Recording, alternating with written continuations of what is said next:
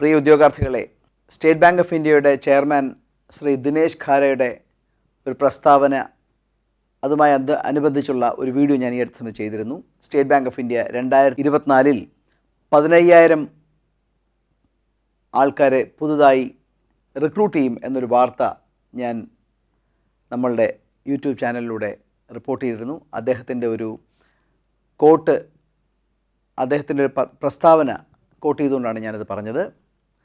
അതുമായി ബന്ധപ്പെട്ട് വന്ന ഒരു വ്യാപകമായ തെറ്റിദ്ധാരണ, ഉദ്യോഗാർത്ഥികൾക്കിടയിൽ പരന്നൊരു തെറ്റിദ്ധാരണ മാറ്റുവാനാണ് ഞാൻ ഈ വീഡിയോ ചെയ്യുന്നത്. അതിനകത്തൊരു സ്റ്റേറ്റ്മെൻറ്റ് ഉണ്ടായിരുന്നു.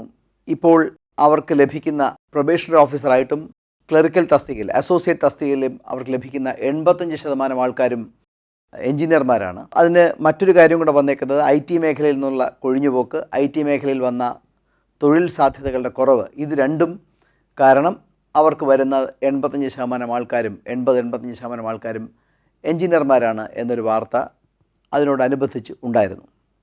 ഇത് തെറ്റിദ്ധരിച്ച് പല ഉദ്യോഗാർത്ഥികളും എന്നോട് ചോദിച്ചു, സർ, സ്റ്റേറ്റ് ബാങ്ക് ഓഫ് ഇന്ത്യയുടെ പരീക്ഷകൾക്ക് ക്ലറിക്കൽ ഓഫീസർ തസ്തികകളിലേക്ക് എഞ്ചിനീയർമാർക്ക് മാത്രമേ അപ്ലൈ ചെയ്യാൻ പറ്റുള്ളൂ, അങ്ങനൊരു മാറ്റം സ്റ്റേറ്റ് ബാങ്ക് ഓഫ് ഇന്ത്യ വരുത്തിയോ എന്ന ചോദ്യം പലരും ചോദിച്ചു കണ്ടു.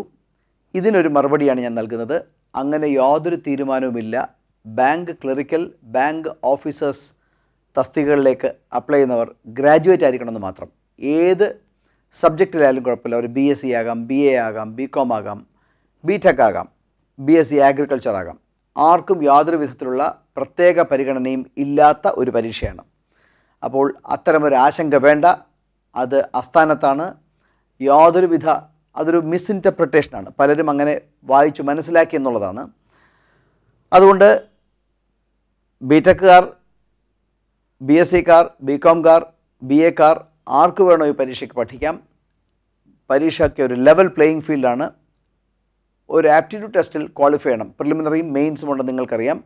ഈ പ്രിലിമിനറിയിലും മെയിൻസിലും ചോദിക്കുന്നത് ഏതാണ്ട് 10ാം ക്ലാസ് തരത്തിലുള്ള നിലവാരത്തിലുള്ള കണക്കുകൾ ഒക്കെയാണ്. റീസണിങ്, ഇംഗ്ലീഷ് എന്നിവയാണ്. അതുകൊണ്ട് നല്ലപോലെ പഠിക്കുന്നവർക്ക് പരീക്ഷ പാസ്സാകാം. എന്തു പഠിച്ചു എന്നത് ഒരു പരിഗണനയിൽ വരികയില്ല. ഞാൻ ഒന്നുകൂടെ വ്യക്തമാക്കുന്നു, ബാങ്ക് ഓഫീസേഴ്സ് ക്ലറിക്കൽ പരീക്ഷ, സ്റ്റേറ്റ് ബാങ്ക് ഓഫ് ഇന്ത്യയുടെ ഉൾപ്പെടെ ഉള്ള പരീക്ഷകൾക്ക് നിങ്ങളൊരു ഗ്രാജുവേറ്റ് ആയാൽ മതി. നിങ്ങൾ BTechക്കാരനാകണമെന്നില്ല. ഏത് ഗ്രാജുവേറ്റിനും ഈ പരീക്ഷയ്ക്ക് അപ്ലൈ ചെയ്യാം. അപ്പോൾ ഇനി അങ്ങനൊരു സംശയം ഉണ്ടാകില്ല എന്ന് വിശ്വസിക്കുന്നു. നന്നായി പഠിക്കുക. മെയിൻസ് പരീക്ഷ പ്രതീക്ഷിക്കേണ്ടത് ഈ വർഷത്തിൻ്റെ അവസാനമാണ്. വർഷത്തിൻ്റെ 2ാം പകുതിയിലാണ് എല്ലാ ബാങ്ക് പരീക്ഷകളും വിളിക്കുന്നത്. പരീക്ഷകളെല്ലാം ഷെഡ്യൂൾ ചെയ്തേക്കുന്നത് അതാത് വർഷത്തിൻ്റെ അവസാനമാണ്. അപ്പോൾ ഒരുപക്ഷേ ഡിസംബർ മാസത്തിലായിരിക്കാം സ്റ്റേറ്റ് ബാങ്ക് ഓഫ് ഇന്ത്യയുടെ വലിയ റിക്രൂട്ട്മെൻറ്റ്. കഴിഞ്ഞ കൊല്ലം 2023 വെറും 2000 വേക്കൻസി മാത്രം ഉണ്ടായിരുന്നിടത്ത് ഇപ്പോൾ ഏതാണ്ട് 12,000 വേക്കൻസിയാണ് പ്രതീക്ഷിക്കുന്നത്. ഇതിൻ്റെ മെയിൻസ് പരീക്ഷ നടക്കാൻ പോകുന്നത് ഡിസംബറിലാണ്. ഇപ്പോഴാണ് പ്രിപ്പയർ തുടങ്ങേണ്ടത്.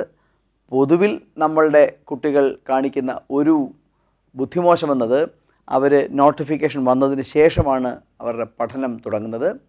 അങ്ങനെയുള്ളവർക്കല്ല ജോലി കിട്ടുന്നത്.